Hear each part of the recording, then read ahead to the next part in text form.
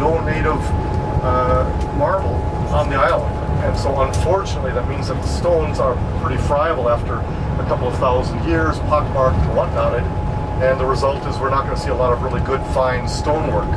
I did go to the museum yesterday and saw a piece of porphyry which was recut in Roman times of the god Bess. Some of you are big porphyry fans too. So that clearly had to be imported from Egypt. But anytime you see marble over here, say to yourself, very good, very expensive stuff that we're looking at. Lots of fire damage over here on the right-hand side and pollution. You can see the trees and things just haven't made it. Sicily apparently at one time was fairly heavily forested, but those trees have been cut out, and then that helps dry out the whole place. George Bush notwithstanding, we can create climate change, and we have in this place. They've put some areas where they've tried to regrow the trees back, but I think they've gone pretty far. Monte Pellegrino is off to our left-hand side, and not a big deal of a mountain, but you see all these ranges here.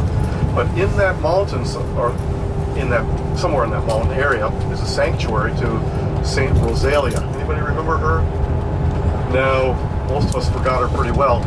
She was the niece of William II that we're going to meet later on today, about the year 1200, and she decided that, you can imagine living on this island in the year 1200, how noisy it was. She decided it was too noisy and too lewd and scivious, so she went up to the mountain somewhere, lived up there, and eventually took the final exam, and that was the end of her. Well, come to think of it, in 1624, 400 years later, there was a terrible plague raging in the city. Somebody found her bones and walked them around the city or something, and miraculously the plague ended.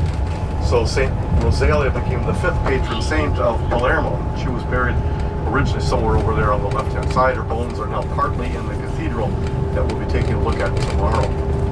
But